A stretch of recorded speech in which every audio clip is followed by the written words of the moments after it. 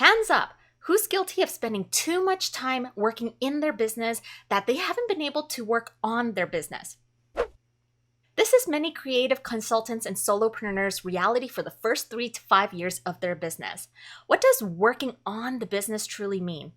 Is it easy to implement? Why don't most of us do it more if it is? In this video, that's what we're going to be covering and how you're going to be able to schedule it into your month, quarter, and year. Because if you want to scale your business sustainably without grinding more, this is one of those key secrets. So keep watching.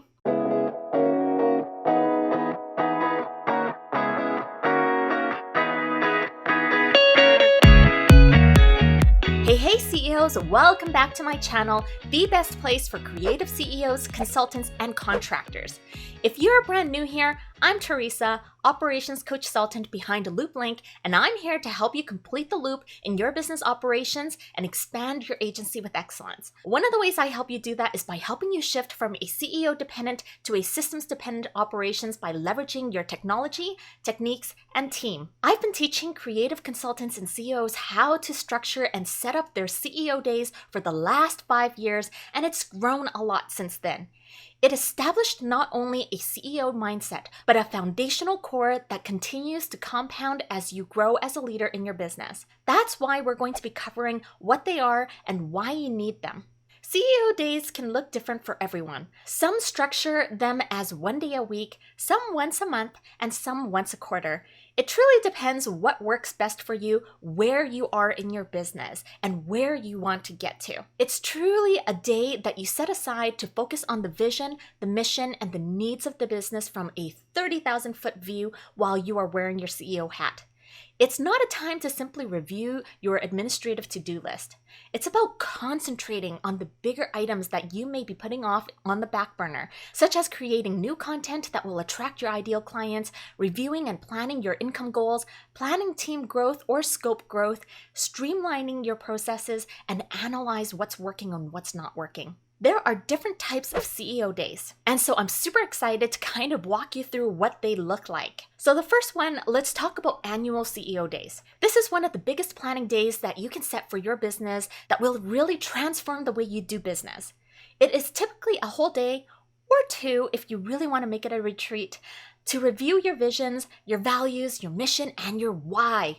It's a time for full analysis of where you were, where you want to be, and the gap to get there. It's typically jam-packed with a mission-driven agenda, and you'll come out of it feeling super jazzed about it and what's to come. The second type is quarterly CEO days. These are special days where you'll block off for a day to run through all the core foundations of your business. Are you still on track? What were your previous goals? Were they met? What are some of the challenges that happened? Were they what you expected? Were they unexpected? Then you'll be able to set the next 90-day focus with aligned action to achieve the outcomes. Monthly CEO days. This is scheduled usually within the first week of the month to review high-level numbers, understanding how was the previous month in terms of sales, profit margins, were the income goals met, and the high-level analysis into what's working and what's not working. This is also a time to set the focus for the month in terms of revenue goals, objectives, and key results, but most importantly, that all of it lines up with the vision and the values of the business. Weekly CEO days. These are typically either Mondays or Fridays where a consultant or a CEO blocks off a day to focus on the high-level tasks that requires their touchpoint. These days are more about the consistent actions so that you can get into the routine and rhythm to bite one chunk off at a time. All right, so this may be familiar or may not be familiar, but the 1 hour CEO focus. If you're still a one-person show, maybe blocking off a full day in the week is unrealistic for you. So it's okay to block off 1 hour in the day 3 times a week to get to the CEO tasks. The next one will be something that if you've been watching my videos, you would have heard me drop this in one of my previous videos. The 15-minute CEO focus. Needless to say, everything starts with just one step. If you're just starting to implement your CEO day or you're really fresh and young in your business journey, then start with the little steps that will lead to big chunks. Every new habit starts in increments to build that transformation. If you're short on time or you have lots to juggle, start with blocking off 15 minutes at the beginning of the week or at the end of the week. These blocks will be very, very, very, very specific so that you can prioritize and focus on one thing. Yes, you heard me. One thing. Regardless of which CEO day type fits you best, they are only going to be successful if you know what you are going to be focusing on. There are a few things that I always encourage my clients to focus on. So the first one is to always know your numbers. Take a moment to review your metrics to keep a pulse on things. This allows you to adjust and navigate accordingly. It's not about obsessing over your numbers or where the next sales will be coming from. Instead, it's more methodical, strategic, and adaptive so that you can pull out all of these challenges and reach your goals intentionally. The second thing is to set your top 3 focuses. Whether you're on a daily, weekly, monthly, or quarterly day, setting your focus also sets your intention and you're going to be planning for success.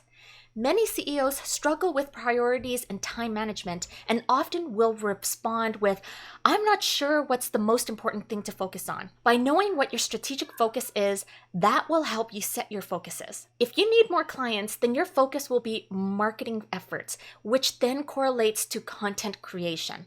If you don't have struggles with getting clients but onboarding instead, then your focus will be on streamlining processes. The third thing I want to kind of highlight are boundaries. Are the most important things that requires your attention scheduled on your calendar. If not, then it's time to get it on there. Are you booked solid with tasks that can be really delegated or has lower ROI but requires greater efforts? Then this is the time to review what you will say no to.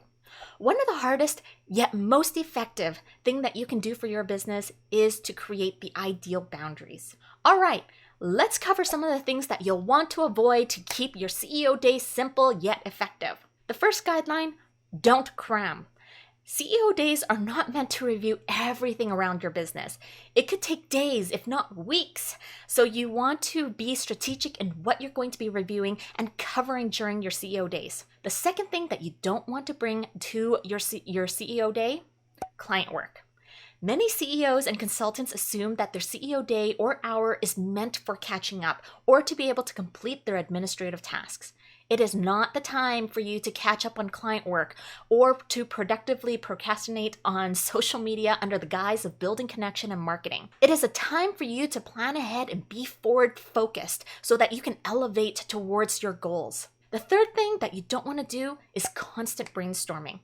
There's a time and a place for brainstorming, and it's an amazing skill set of a visionary CEO. But sometimes a plan is just a plan until progress is produced on purpose.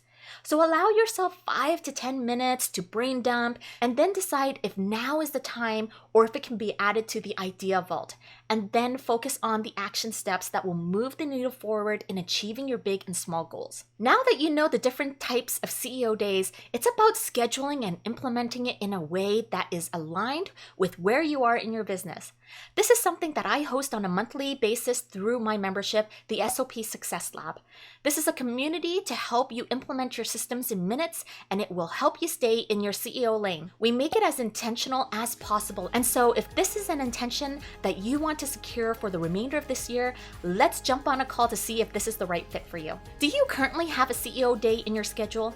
What has been some of the biggest benefits that you've seen with this? Leave your feedback in the comment section below. Check out my SOP Success Lab membership on how you can scale your business beyond yourself. If this video was helpful, be sure to subscribe, share with a friend, and hit the like button so I know to make more videos like this. I'm Teresa, Operations Consultant, and I'll see you in the next one.